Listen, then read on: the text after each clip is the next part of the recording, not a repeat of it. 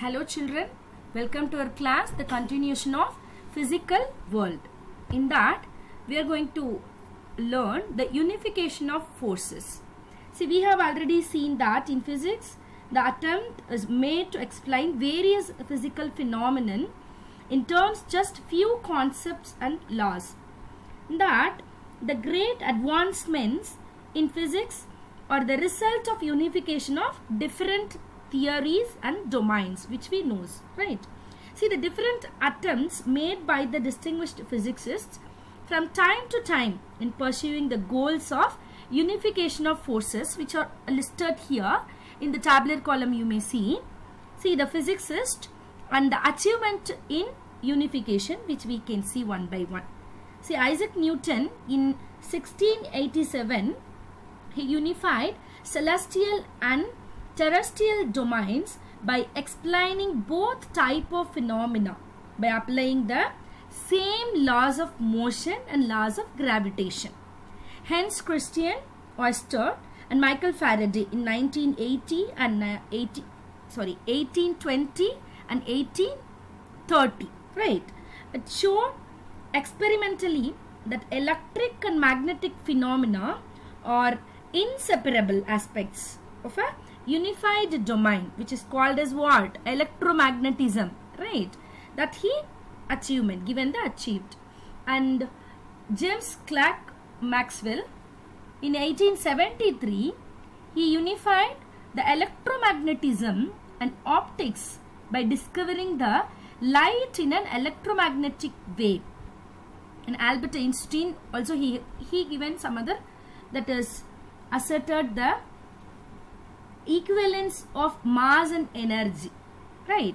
And next they have given the Sheldon Glasgow and Abdus Salam Steve Weinberg. So these are the given. 1979 they showed that they have given the idea of electroweak force, which is a combination of electromagnetic and weak nuclear force, right? See, the Carlo Rubbia and Simon van der Meer, 1984, they have experimentally verified the theory of electroweak force, right? These are all the a unification, the goals pursued by the scientists, physicists, unification of forces, right? The next one is conservation of laws. See, first, what is conservation of laws? We know that. See, in any physical process which involved in different forces, some physical quantities remain unchanged with time. Such quantities we can call it as conserved quantities. See, the law which govern the conservation of these quantities, we can call it as conservation laws, right? See, in classical physics, we usually deals with these four. That is nothing but the laws of conservation of energy, conservation of linear momentum, the conservation of angular momentum, the conservation of charge. We can see elaborately one by one. Before that, the example of conserved quantities. What we said already, the physical quantities that remains constant with time are called conserved quantities, we said. And also conserved quantities in physics gives laws to summarize the investigations and observations of the phenomena occurring in the universe. Some examples they have given here. See, for a body under external force, the kinetic and the potential energy change over a time, but total mechanical energy remains constant. By the example, you can see that a ball in air falling to ground has some potential energy and zero kinetic energy. See, as soon as it touches the ground, the potential energy gets conserved into the kinetic energy. The total mechanical energy remains same, right? The laws of conservation of energy. See, a conservation law is a hypothesis based on observation and experiments which cannot be proved.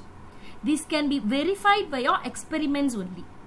See, the laws of conservation of energy, which we know that very well.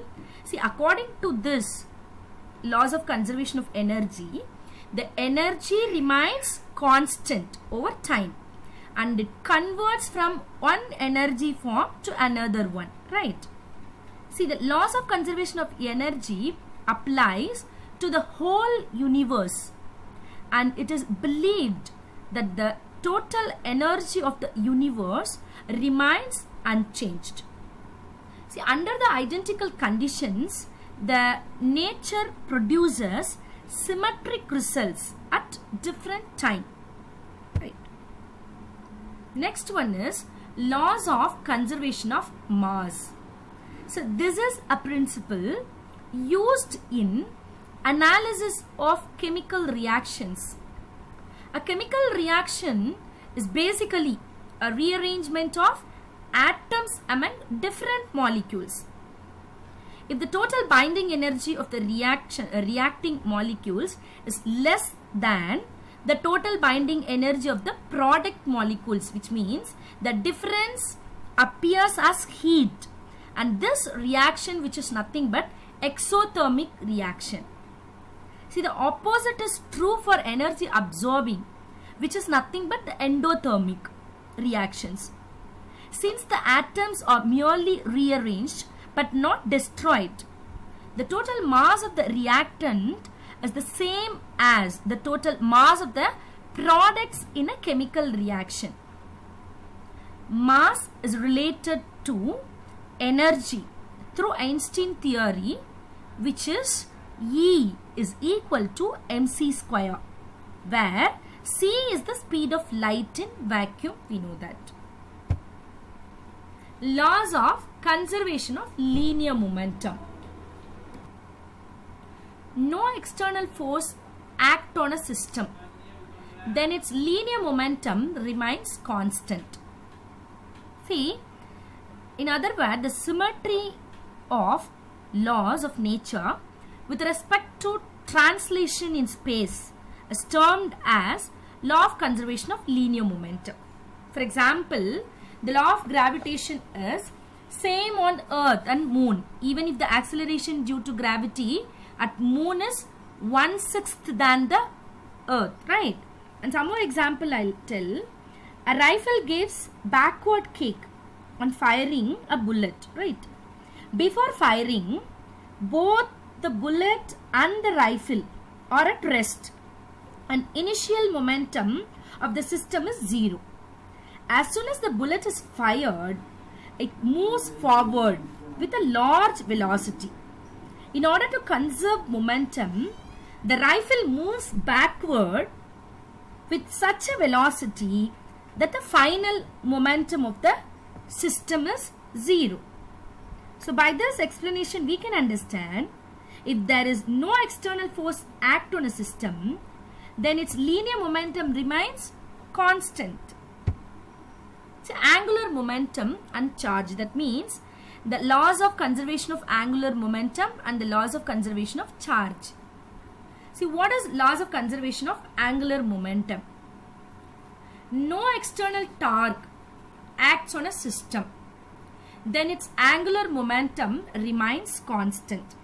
See, we can say a body rotating about an axis has a rotational inertia that is called as moment of inertia. We have studied this already, right?